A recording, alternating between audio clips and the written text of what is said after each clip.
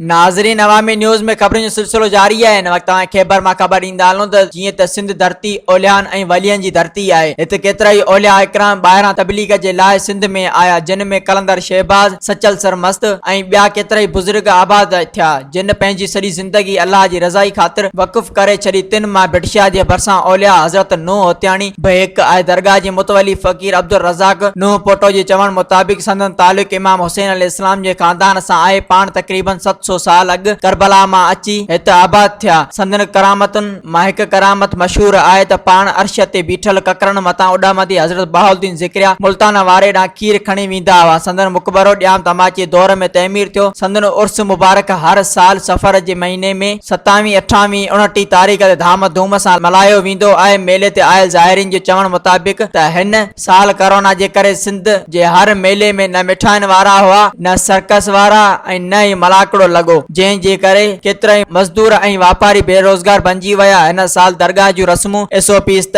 तमामु सादगी सादा कयूं वयूं। हिननि खे 850 साल थी गुज़रिया आहिनि, वॾो बुज़ुर्ग।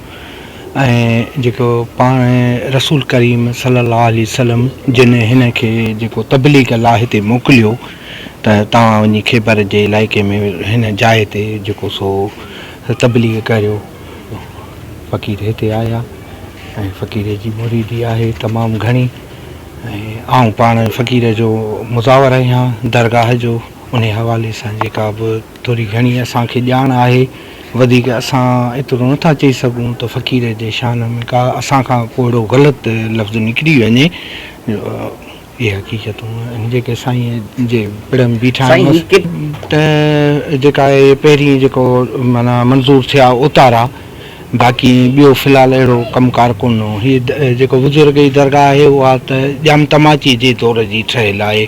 ऐं उन खां पोइ जेके से थोरा घणा कम थिया आहिनि त ज़िले नाज़िम जेके थी गुज़रिया आहिनि, उहे थोरो थोरो माना जेको फंड ॾींदा हुआ, जेको थोरो दरगाह ते कम। मज़ीद खबरों और तफसीलात के लिए विजिट करें हमारी वेबसाइट www.awamiNewsHD.com।